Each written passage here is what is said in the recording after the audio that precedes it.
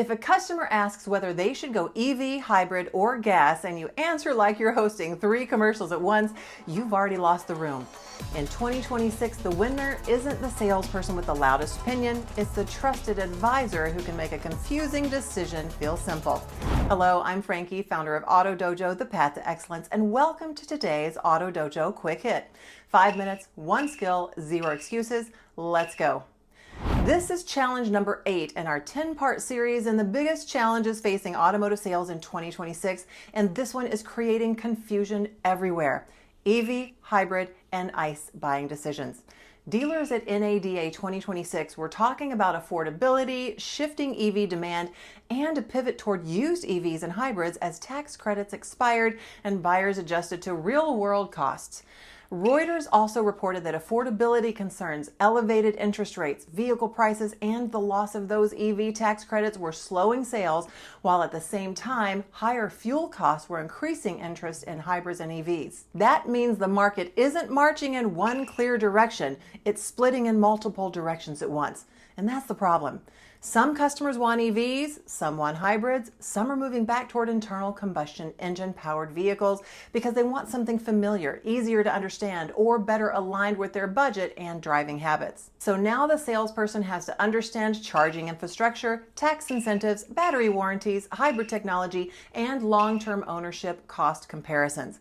That's a lot of moving parts for a conversation that used to be, here's the car, here's the payment, let's do this. This is where the Auto Dojo ethical warrior steps in.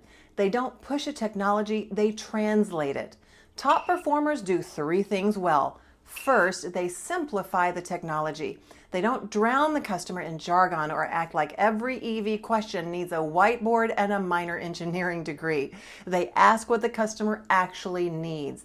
Do they want low or no fuel costs, less maintenance, familiar driving, lower long-term ownership costs, better commute fit? Well, once you know the real need, you can explain which powertrain actually fits the customer's life instead of just talking about the one you personally like best. The better the fit, the less the confusion. Second, they match the buyer to the right technology. That means asking about home charging, commute length, public charging access, road trip patterns, and total ownership expectations. If the customer is nervous about battery life, warranty coverage, or charging convenience, speak to those things directly and honestly. If they're worried about affordability, talk through the trade-offs instead of pretending the issue doesn't exist. Reuters reporting shows consumers are still highly sensitive to price and financing pressure, which means the powertrain conversation has to be practical, not preachy. Third, they make the future feel less intimidating. A lot of customers are not saying, I hate EVs. They're saying, I don't want to make a $50,000 or more mistake. Fair enough. Nobody wants to buy a vehicle and then feel like they accidentally signed up for a lifestyle they don't understand. So your job is to reduce anxiety, explain the incentives clearly, explain the warranty clearly, explain the ownership costs clearly. And if the right answer is a hybrid or a regular ICE vehicle, say that with confidence and explain the rationale. Now here's the failure pattern. It's the salesperson who tries to force the customer into one technology because the store is leaning that way. Maybe they want to get rid of specific inventory or because they personally think one powertrain is the future. It's the sales rep who can't clearly explain the charging process, the cost, or the warranty. So they either overcomplicate it or avoid it altogether. And it's the store that assumes customers will figure it out on their own after a 5-minute pitch and a few techie and impressive words. That's not consulting, that's a sales process with a blindfold on. Here's the bigger lesson. A lot of manufacturers and dealers invested heavily in EV strategy and EV infrastructure back when the market was moving hard in that direction. But the demand picture has gotten more complicated as buyers respond to affordability, fuel prices, incentives, and actual ownership realities. NADA discussion and Reuters coverage both show a market that's adjusting in real time, not one that's settled into a single powertrain storyline. So the Auto Dojo answer is simple. Be the trusted advisor in a rapidly changing technology landscape.